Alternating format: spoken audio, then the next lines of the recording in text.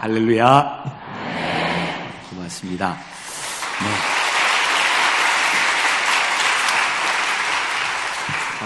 제가 여기 집회 왔던 때가 아마 리모델링 하기 전이었던 것 같습니다.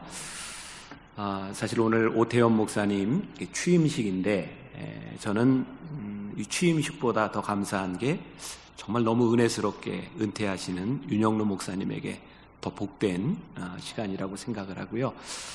사람들이 그런 느낌이 있습니다. 내 편이다. 제가 아마 그때 집회 왔을 때 윤영로 목사님 뵈면서 내 편이다 이런 느낌을 가졌던 거 좋은 얘기입니다.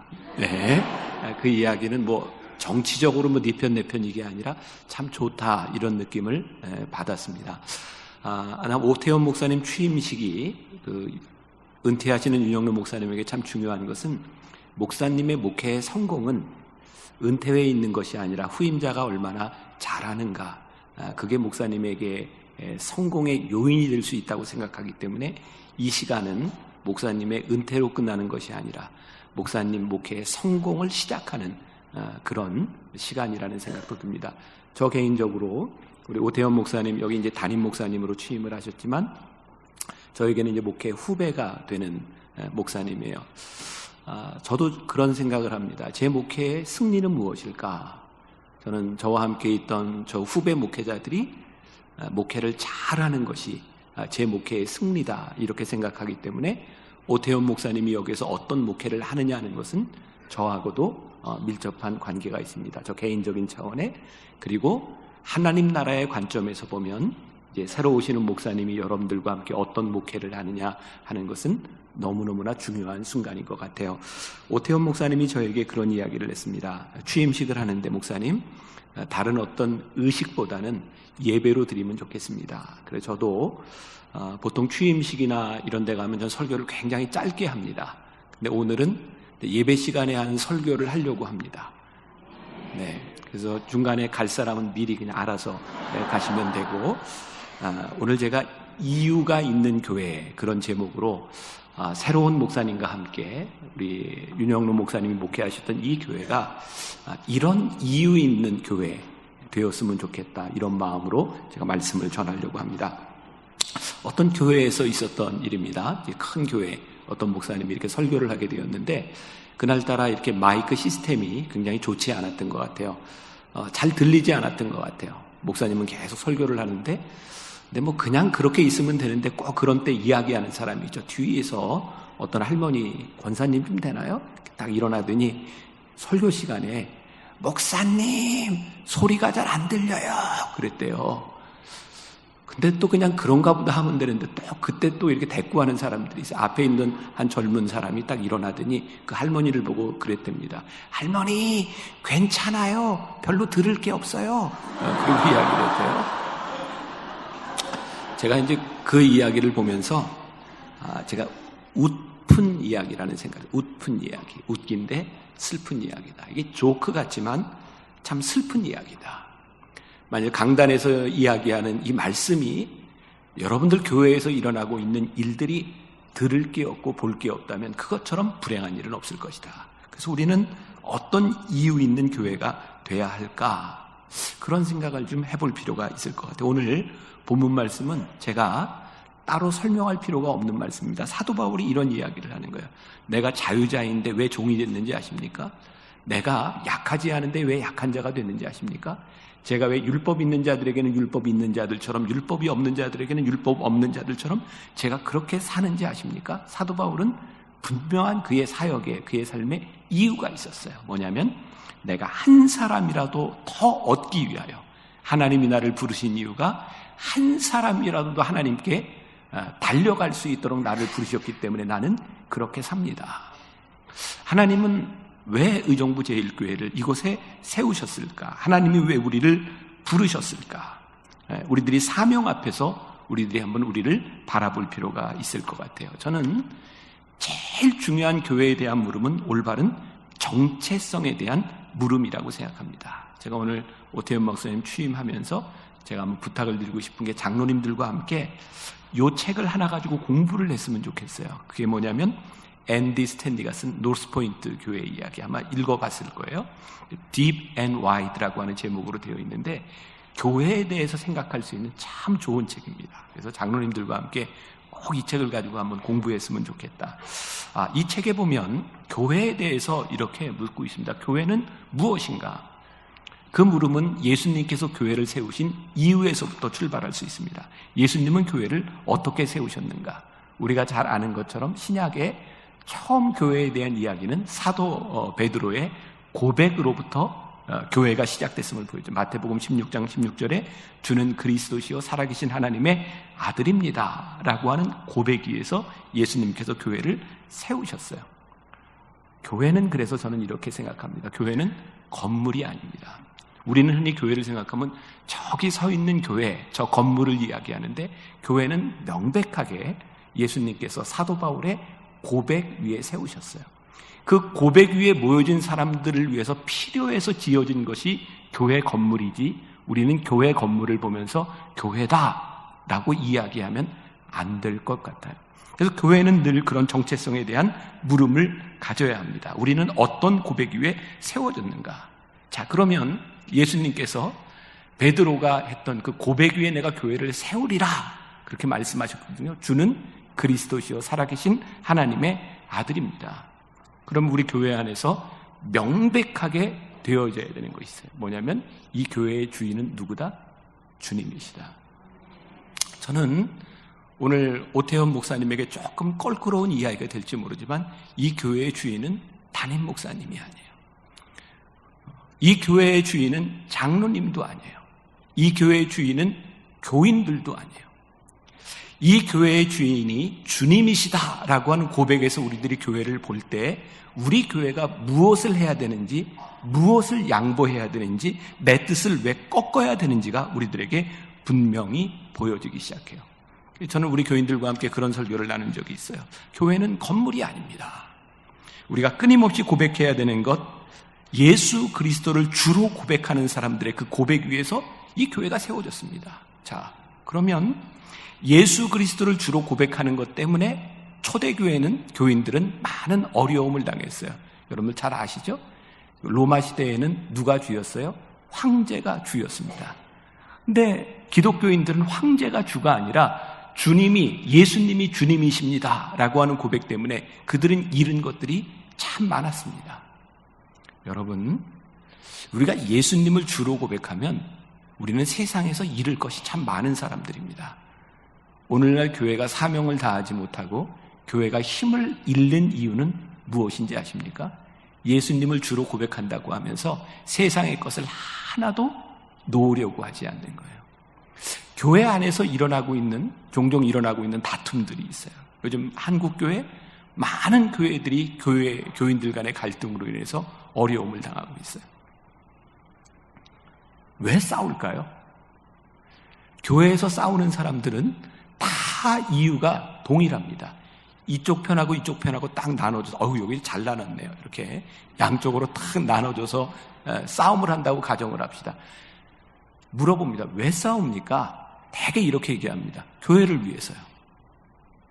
참 신기하죠? 교회를 위해서 싸우는데 교회를 위해서 싸우면 교회는 죽습니다.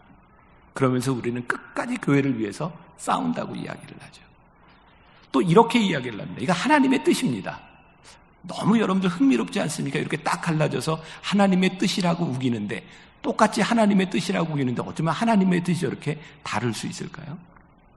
우리는 예수님을 주라고 고백하면서 교회 안에서 내가 생각하는 옳은 것을 증명할 때까지 싸워요.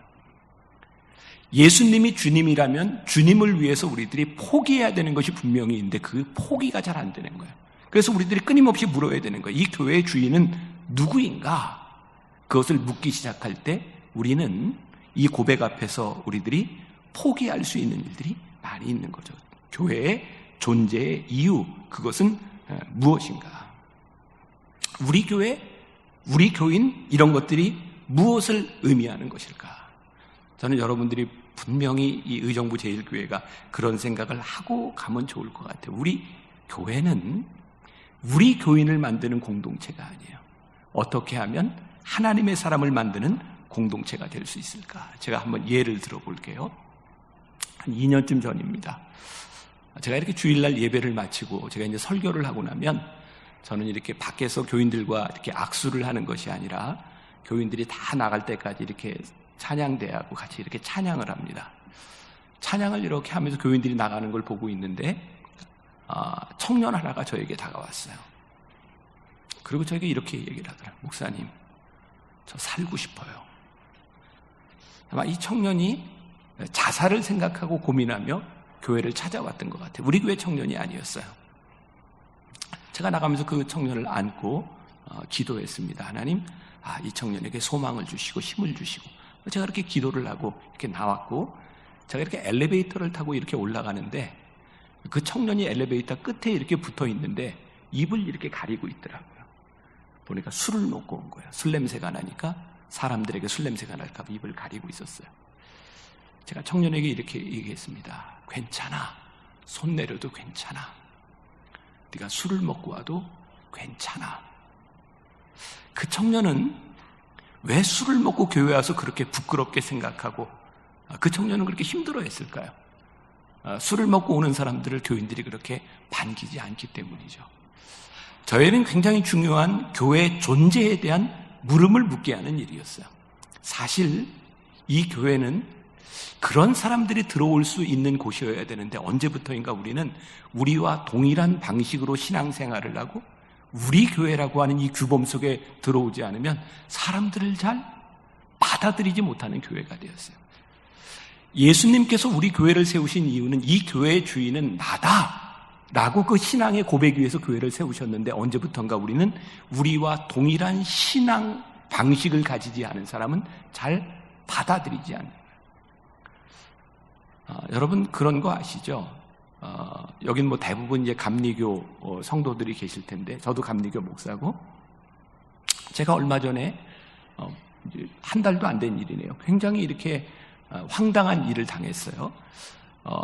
전체 한 교단에 장로님들이 이렇게 모이는 여름 집회였는데 제가 출발하기 전날 뭐 이렇게 일정이나 이런 걸 조율하려고 이렇게 전화를 했더니 거기서 이야기하기를 목사님 강사가 취소됐습니다.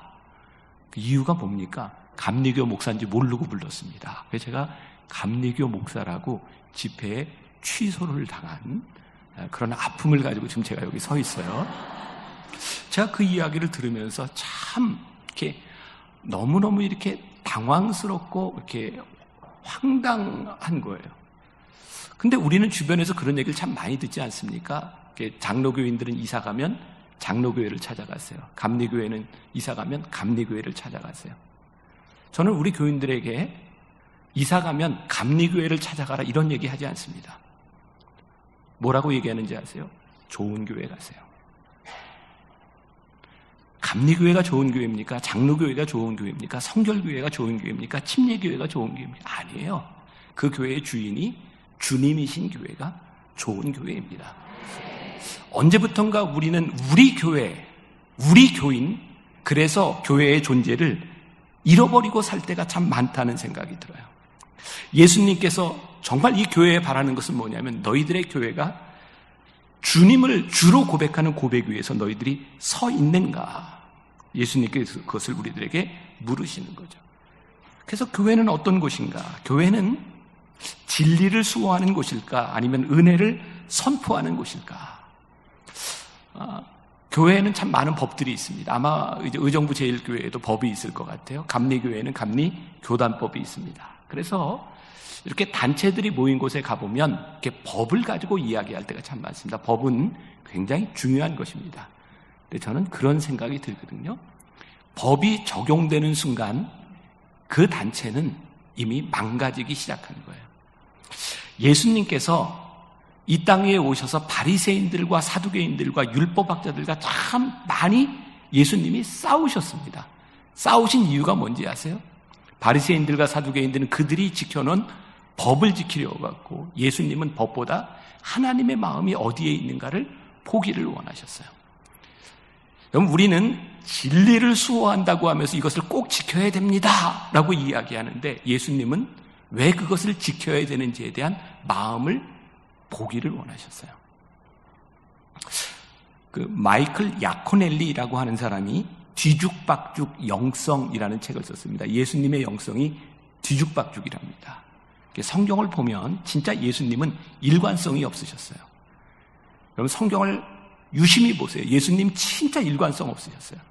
어떤 사람에게는 죄 지은 사람들 막 욕을 하세요. 근데 어떤 죄 지은 사람들에게는 야, 네가 하나님의 사랑이 필요하구나 라고 말씀하셨어요. 예수님은 왜 일관성이 없으셨는지 아세요? 그 사람에게 필요한 것이 무엇인지를 보기를 원하셨어요. 결국 우리들이 이 교회 안에서 주님의 사랑을 잃어버리는 이유 가운데 하나는 하나님의 마음이 아닌 우리의 법들을 주장하면서 일어나는 일들은 아닐까. 법을 만들어 놓으면 쉽습니다. 법만 지키면 됩니다. 하나님의 은혜로 살아가는 것은 훨씬 더 어렵습니다. 법을 뛰어넘는 일이기 때문에 그렇습니다. 요한복음 1장 14절에 이런 말씀이 있어요. 말씀이 육신이 되어 우리 가운데 거하심에 우리가 그의 영광을 보니 아버지의 독생자의 영광이요 은혜와 진리가 충만하더라. 저는 이 교회에 하나님의 진리뿐만 아니라 은혜가 충만한 공동체가 되었으면 좋겠다. 제가 마지막 한 가지를 여러분들에게 말씀드리려고 해요. 저는 이 교회가 이 교회를 찾는 사람들에게 편안한 교회인가 불편한 교회인가를 잘 생각했으면 좋겠다는 마음이에요. 여러분들 사도행전 15장에 보면 아주 유명한 사건이 나옵니다.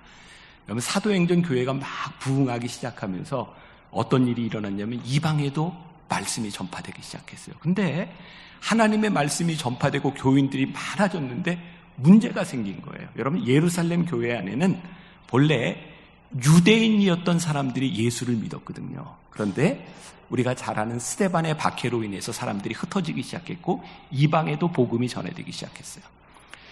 유대인들은 예수를 믿으면 그들이 가지고 있었던 유대의 율법을 가지고 예수를 믿었어요. 유대인들에게 제일 중요한 건 할례였어요.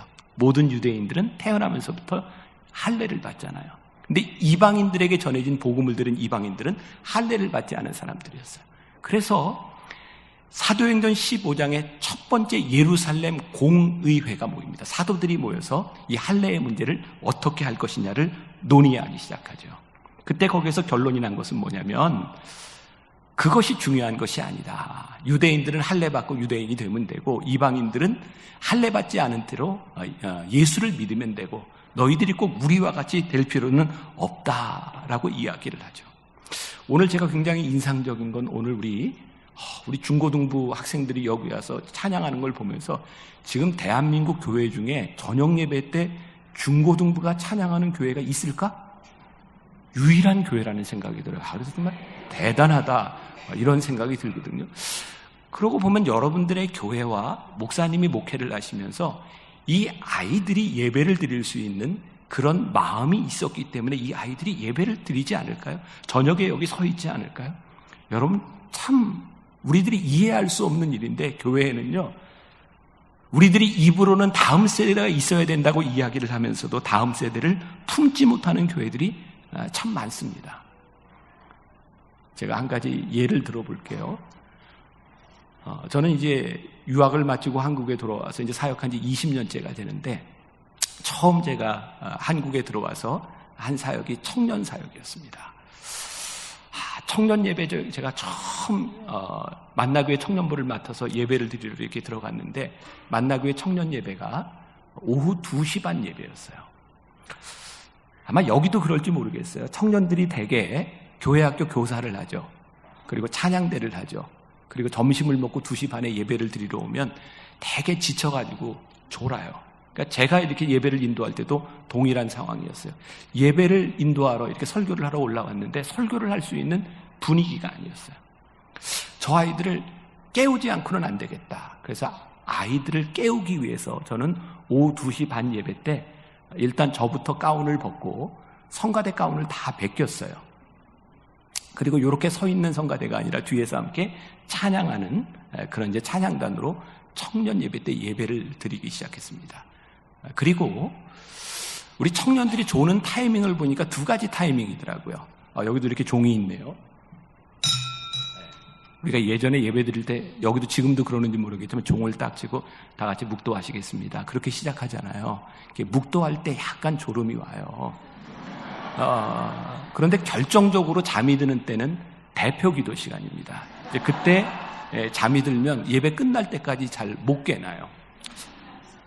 그래서 저는 그냥 그런 생각을 했어요. 이게 졸지 않도록 해야 되겠다. 청년들을 졸지 않게 하는 방법은 일단 앉아있으면 좋으니까 성경에 어디를 찾아봐도 묵도로 시작해서 축도로 끝날지니라 이런 말씀이 없더라고요. 그런 말씀이 있나요? 성경에는 딱 하나, 요한복음에서 예수님이 하나님은 영이시니 예배하는 자가 신령과 진정으로 예배할지니라. 예배에 대해서는 딱 이 한 구절이 있습니다. 그래서 저는 이렇게 생각을 했어요. 신령과 진정으로 예배를 드리기 위해서 우리 청년들을 깨워야 되겠다. 그래서 예배 시작할 때 묵도가 아니라 일어나서 찬양을 하면서 예배를 시작했어요. 놀라운 일이 일어나기 시작했는데 청년들과 함께 찬양을 드리기 시작하면서 청년들이 울기 시작했어요. 예배 시간에 청년들이 손수건을 꺼내놓고 티슈를 꺼내놓고 울기 시작했어요. 그리고 교회가 이제 부흥하기 시작했어요.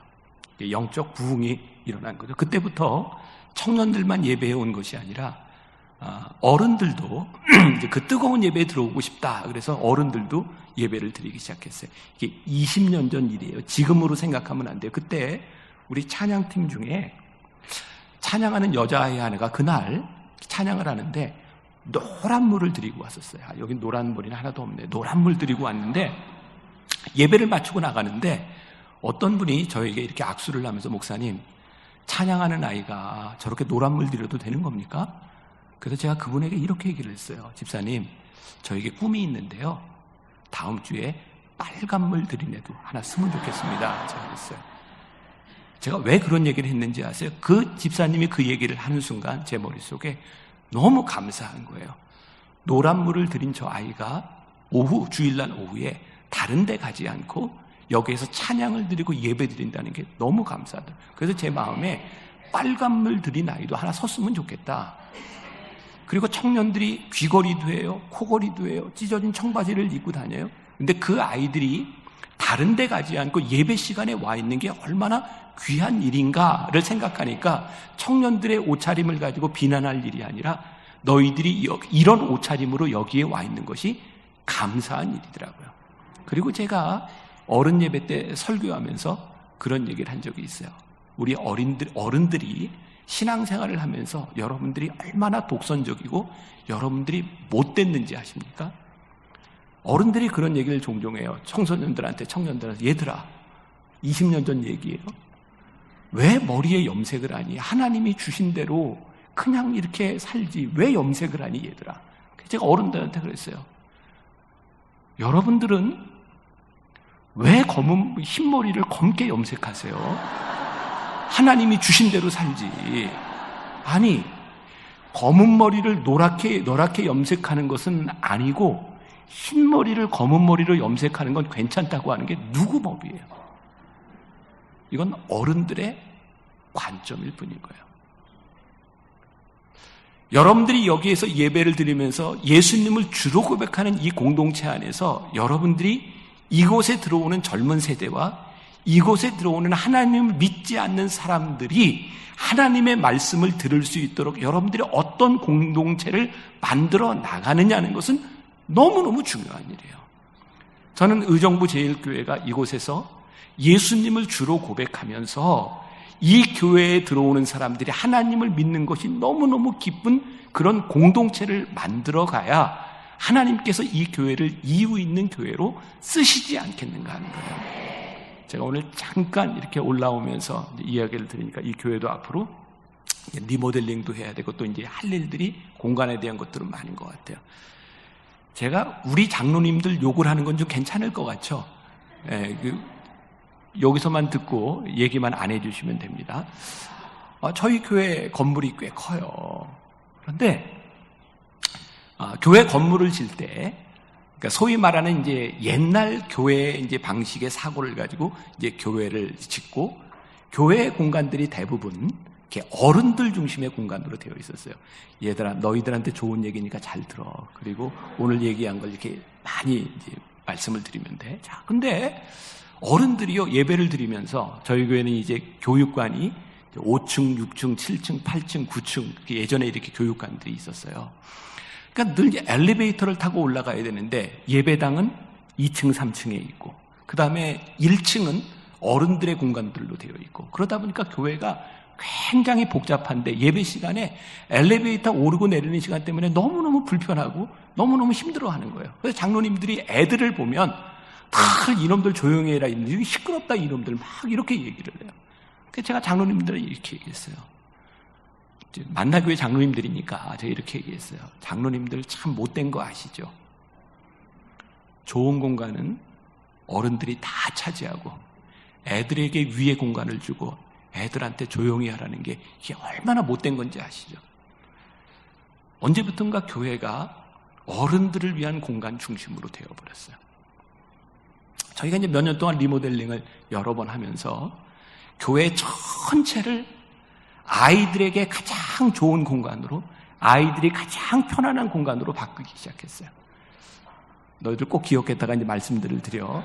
그리고 저희 교회는 이렇게 미디어 사역을 많이 하는 교회라 교회 안에 본당에 조명, 영상, 음향 이런 것들이 참 잘 돼 있습니다. 근데 어느 날 하나님이 저에게 깨닫게 하신 거예요. 너는 맨날 다음 세대를 이야기하면서 본당에 제일 좋은 것을 갖고 있구나. 그래서 몇 년 전부터 우리 교회 학교 아이들에게 본당과 똑같은 시설로 다 바꿔줬어요. 너희들이 감동해야 될 타이밍이야 지금. 우리가 다음 세대와 우리의 젊은 세대와 우리의 자녀들을 위하는 교회, 그들에게 주님을 주로 고백하는 교회가 되기를 원한다면 여러분들이 투자해야 될 것이 분명한 거예요. 제가 오늘 교회의 존재, 하나님이 왜 우리를 여기에 보내셔서 이 교회로 하여금 무엇을 하게 하시는가 분명한 것이 있다면 이 교회를 통하여 하나님께서 하시고자 하는 일이 있는 거예요. 근데 저는 요즘 제일 중요하게 생각하는 것이 교회를 떠나간 사람, 우리들의 다음 세대, 교회에 오지 않는 사람들을 위해서 이 교회가 어떻게 준비하고 어떻게 사도 바울과 같은 마음으로 우리들이 사역을 할 수 있을까. 사도 바울의 얘기를 꼭 기억하세요. 내가 자유인들에게는 자유인처럼 되었고 종에게는 종처럼 되었고 율법이 있는 자에게는 율법 있는 자가 되었고 율법 없는 자에게는 율법 없는 자같이 된 것은 내가 한 사람이라도 더 얻기 위함이다. 우리 의정부 제1교회가 이제 새롭게 오태원 목사님과 함께 이 지역에서 이 귀한 사역, 교회의 존재의 이유를 다하는 교회가 될 수 있기를 주님의 이름으로 간절히 축원합니다. 기도하겠습니다.